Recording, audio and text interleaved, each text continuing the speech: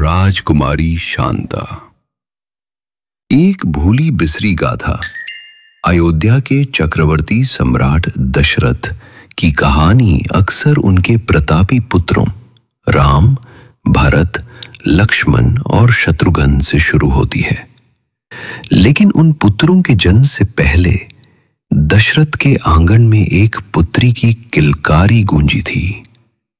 एक ऐसी कहानी जो समय की परतों में कहीं दब गई।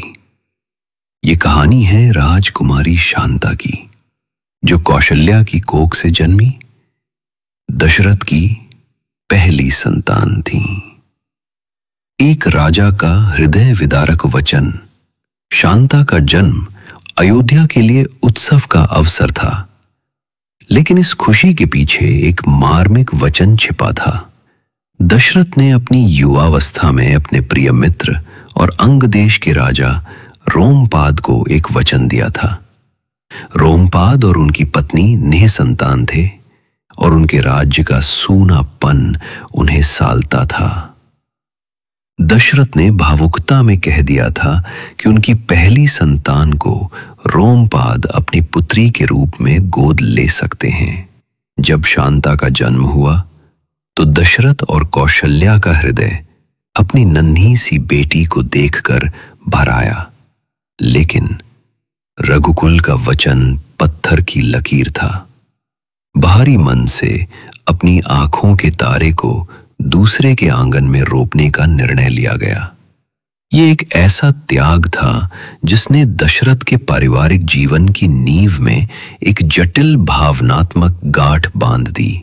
एक ऐसी गांठ जो भविष्य में एक दिव्य उद्देश्य के लिए खुलने वाली थी। अंग देश की भाग्य विधाता शांता अंग देश में राजकुमारी बनकर पली बढ़ी। राजा रोमपाद और रानी ने उन्हें अपनी पलकों पर बिठाया। शांता वेदों और कलाओं में पारंगत हुई और उनकी बुद्धिमत्ता तथा करुणा की ख्याति दूर दूर तक फैली। लेकिन भाग्य ने अंग देश की एक और परीक्षा ली। राज्य में भीषण अकाल पड़ा, धरती फट गई और प्रजा त्राही त्राही करने लगी।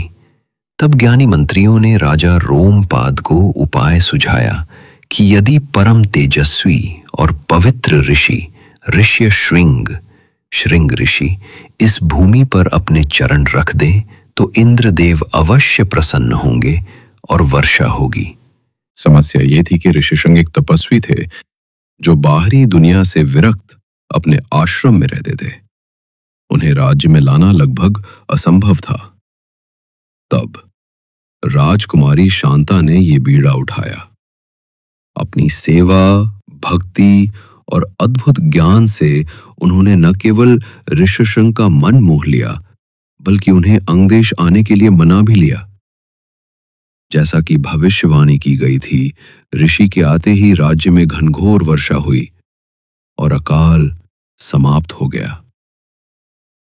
इस घटना के बाद राजा रोमपाद ने अपनी प्रिय पुत्री शांता का विवाह ऋषिशृंग से कर दिया।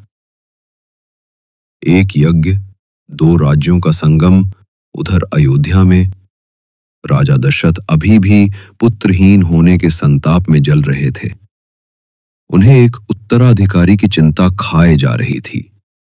तब उनके गुरु वशिष्ठ ने उन्हें पुत्रेष्टि यज्ञ करवाने की सलाह दी और बताया कि इस यज्ञ को सफलतापूर्वक संपन्न करने की क्षमता केवल ऋषि ऋषिशृंग में है।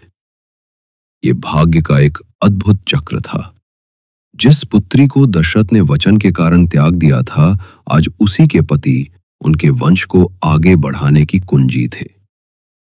शांता अपने पति ऋषिशृंग के साथ उस यज्ञ को संपन्न कराने के लिए अयोध्या लौटी, जो कभी उनका जन्म स्थान था। ऋषिशृंग ने ही वे महान पुत्रेष्टि यज्ञ किया जिसके पवित्र अग्निकुंड से प्रकट हुई खीर को ग्रहण करने से ही राम, भरत, लक्ष्मण और शत्रुघ्न का चमत्कारी जन्म हुआ।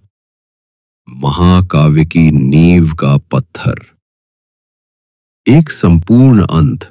जब अयोध्या में 4 राजकुमारों की किलकारियों से उत्सव मनाया जा रहा था, तब राजकुमारी शांता और ऋषि ऋषशृंग चुपचाप अपने धर्म का निर्वाह कर अंग देश लौट गए।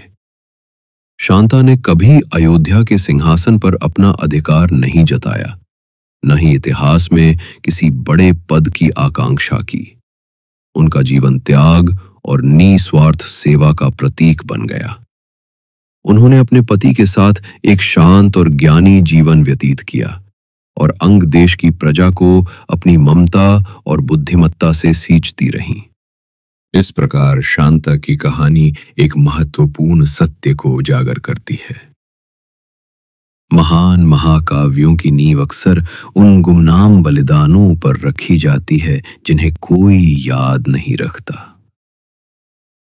वह उस इमारत का वह नींव का पत्थर है जो दिखाई नहीं देता, लेकिन जिसके बिना पूरी इमारत ढह जाती है। उनका त्याग वह पहली कड़ी थी जिसने नियति की श्रृंखला को गति दी, और उनका जीवन वह शांत नदी थी जिसने धर्म के महासागर तक पहुंचने का मार्ग बनाया। राम की कथा तो जग प्रसिद्ध है, लेकिन उस कथा का आरंभ एक राजकुमारी के मौन त्याग से हुआ। इसलिए जब भी राम का नाम लिया जाता है तो कहीं न कहीं उस पहली संतान राजकुमारी शांता की भूली बिसरी कहानी भी गूंजती है, जो एक पुत्री, एक उद्धारक और अंततः एक महाकाव्य की अदृश्य जननी थी।